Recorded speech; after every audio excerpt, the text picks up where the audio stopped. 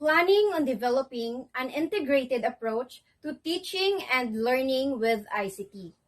ICT in the primary classroom plays a significant role in a child's learning and development. However, if you are to integrate ICT into the curriculum, it is important that you need a good understanding of ICT concepts and their relation to other areas of the curriculum. Number 2, plan to focus on the importance of clear objectives for each classroom activity. For example, plan on developing students' ICT capability prior to using ICT in teaching and learning, particularly in other subject learning. On planning to focus on the importance of clear objectives for each classroom activity, here are the things you need to consider. Close relationships exist between ICT capability and knowledge, skills, and understanding in other subject areas. It is not helpful to see their development in isolation. Second, using ICT in the classroom effectively will need you to shift your focus on between ICT objectives and other learning objectives during an ICT activity. Third, the objectives of ICT integration in education are many, so I emphasize the importance of teacher planning when you decide to use ICT in teaching and learning. Why plan for the use of ICT in primary teaching? Our strategy for the use of ICT in teaching learning involves the technology integration planning, where you as a teacher ensure that you as a teacher enable students to reach the stage where the technology they are using becomes sufficiently transparent that they are almost unaware of its existence while achieving learning outcomes. This is the ultimate aim of ICT capability, and our strategy includes the following. First, the analysis situation. Second, understand how students learn with ICT. Third, practice ICT teaching strategies for primary school classrooms. Fourth, facilitate student capabilities in ICT. Fifth, develop a whole school approach to ICT capability. Sixth, select the appropriate ICT tools to use in the classroom. Seventh, support ICT capability development across key learning areas. And the last one, create an inclusive technology-rich learning environment. And I am Kersha Marie Isirami, and we're going to proceed to step number 3, the map. The map project. You and your team have selected the ideas, concepts, and activities that you want to include in your lesson plan or plans, and you have the information needed to select the hardware, software, and skills that will be used and complete the plans task in produce the end product. Sa map the project, amo na di saya ang amo na di daw ga plano man kamo di duga plano man kamo na di or ga planning, ga mapping kamo. You selected ideas, concept, and activities that you want to include sa inyo nga lesson plans. You have the information needed to select the hardware, softwares, that skills used to complete the plans kag makaproduce ka mo sa inyo nga output. Next, let's proceed to step number 4, create the teaching template. One of the most difficult tasks in planning a new technology project is to accurately predict how much time it will take. The best way to do is to create sample project. This crucial point in the modeling process is the time to skimp on your investment. In fact, it's probably the most important step toward ensuring the success of the new technology.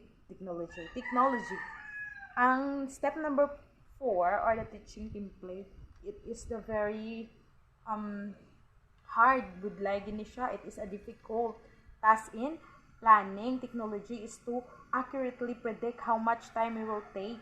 The best way that is to create a sample project. Dire you have to create a sample project. Dire it takes time dito ni gali ang mag-create ka sa teaching template because you are going to create a sample project. This crucial point in the modeling process is not time to skimp on your investment. In fact, probably most important toward ensuring the success of the technology.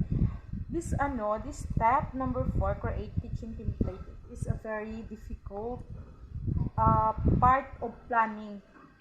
Because you're going to make a sample project and present it to your class.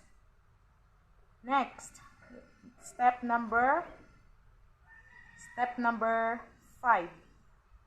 Step number 5 is develop assessment tools. With the process still fresh in your mind, it's time to reflect on the skills information the students will be responsible for demonstrating in their project. Create a rubric to construct a means of performance-based assessment of the student work.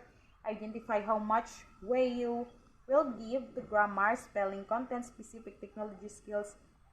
Develop assessment tools. With the process still fresh in your mind, time to reflect skills information student will it is like developing assessment. It is like creating rubrics or criteria on how you grade sang student work. It is a criteria on how you grade the performance of your student. Identify how much weight you give to grammar, spelling. Example, when you creating criteria, di ba? There may ara ginadaya nga example, spelling 10%. Basta may criteria on how you grade the work of your student by giving the rubrics to student. And as what I have said, it's like by giving the rubrics of the student before the project begins, you clearly lay out your expectation. Giving rubrics before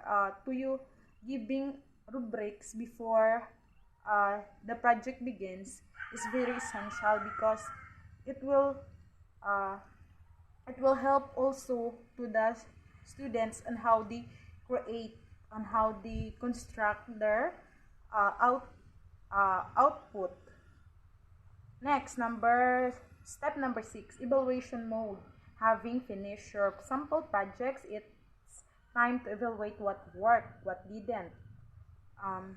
Sa evaluation amoy siyaan pagkatapos na finish na sang student ang ilang work, amo ni siyang ginagamit nga how you evaluate if ang imo nga criteria, ang imo tong mga planning na meet gid man bala sang mga student or wala.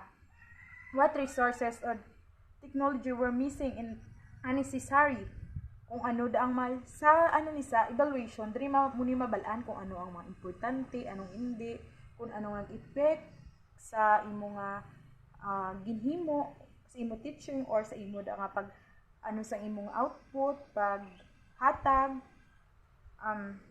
what did you learn along the way. Basta ang evaluation amo ni sang gina-evaluate mo kung anong mga bagay nga dapat i-improve, anong mga bagay nga need pa i-improve, anong mga bagay nga hindi mo na pwede himuon sa imo nga class or sa imo nga planning.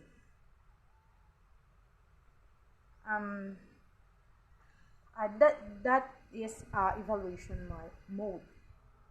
And next, by reflecting on the process, answering these questions, and incorporating their answers into the model, new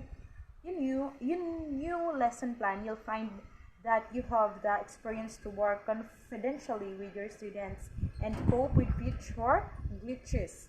With each additional class, your experience will deepen, your horizons will broaden. Think of it as a sort of unofficial step. Step 7, in which you and your future students collect the dividends of your investment.